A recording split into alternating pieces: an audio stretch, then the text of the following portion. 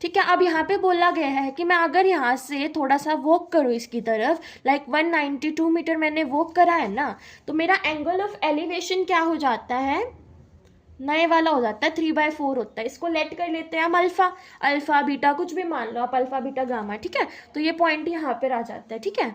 तो ये मेरा ट्राइंगल है। तो अब यहाँ पर मुझे क्या क्या चीज़ें दे रखी हैं, देखो मुझे ये 192 मीटर यहाँ पर दे रखा है AD के, और यहाँ पर हम इसको h मान लेते हैं। मुझे हाइट ऑफ टावर निकालनी है, उसको हम h मान लेते हैं। तो आप देखो एंगल ऑफ एलिवेशन हमें दो दे रखे हैं। Angle of elevation tan theta दे रखा है बच्चों 5/12, और tan अल्फा मुझे दे रखा है 3/4। तो अब हम बढ़ते हैं इसके सोल्यूशन की तरफ।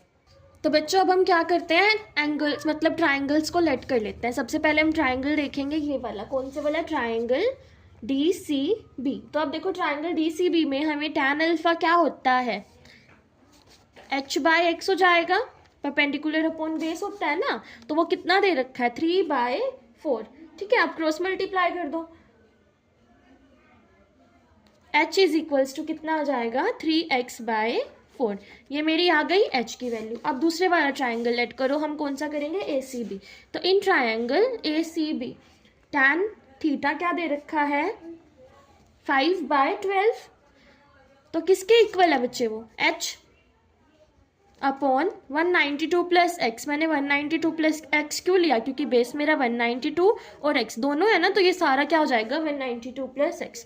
तो अब हम इनको क्रॉस मल्टीप्लाई कर देंगे, 12h equals to 5 multiply 192 plus x। तो ये देखो इसको सॉल्व करो, 5 multiply 192 plus 5x is equals to 12h। मेरे पास h की वैल्यू क्या थी 3x/4, तो यहाँ पे 12 मल्टीप्लाई 3x/4 कर देंगे, तो क्या आ जाएगा सॉल्व करके, काट दो इसको 9x।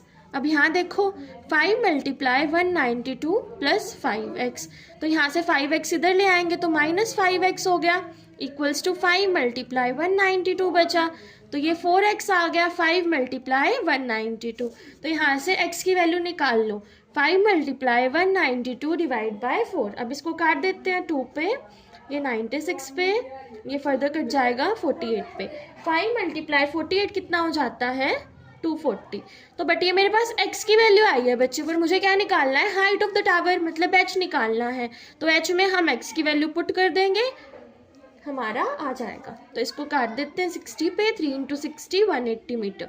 तो h की वैल्यू कितनी आई 180 मीटर। ये मेरा क्या हो जाएगा इसका आंसर। अब हम चलते हैं क्वेश्चन नंबर 13 की तरफ।